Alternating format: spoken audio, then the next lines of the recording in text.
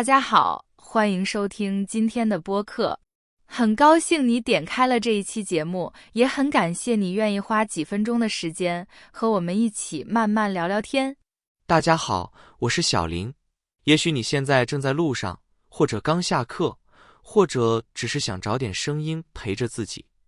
不管你在做什么，希望接下来的这段时间能让你感觉轻松一点。今天这一期，我们不打算讲什么大道理，也不想给你任何应该怎么做的建议。对，我们只是想从一个很普通，但几乎每个人都会遇到的时刻开始。比如，当有人突然对你说一句，那你先简单介绍一下自己吧。听到这句话的时候，你有没有过这种感觉？明明准备开口了，却突然不知道该从哪一句开始说。对，我真的很有同感。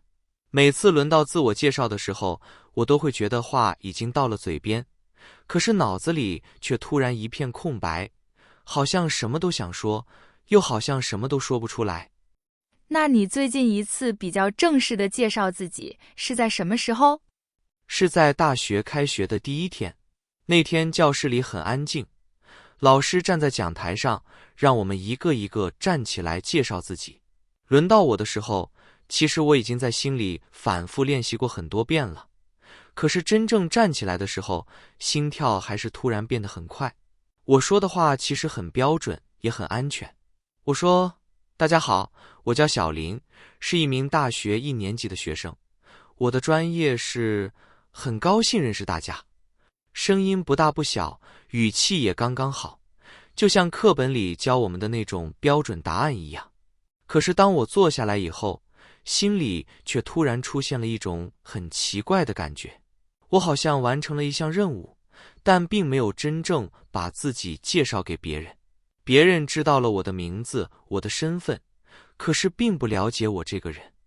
其实我觉得很多人的自我介绍都是这样。我们从小就被教要怎么回答问题，却很少被问你现在过得怎么样。对，后来我也是慢慢才意识到这一点。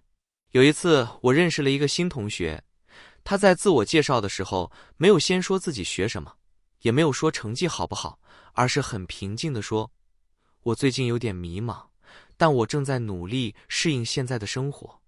那一刻我突然就记住了他。我那时候才明白，自我介绍不一定要让人觉得你很厉害，但可以让人感觉你是真实的，是正在生活的人。那如果现在再让你介绍一次自己，你会怎么说？我可能会说，我叫小林，是一名学生。我的生活有点忙，也有点累，有时候会怀疑自己，但我正在慢慢找到属于自己的节奏。也许自我介绍并不是一张用来展示的名片，而是一段正在发生的故事。对，我们不需要介绍最好的自己，只要介绍现在的自己，就已经足够了。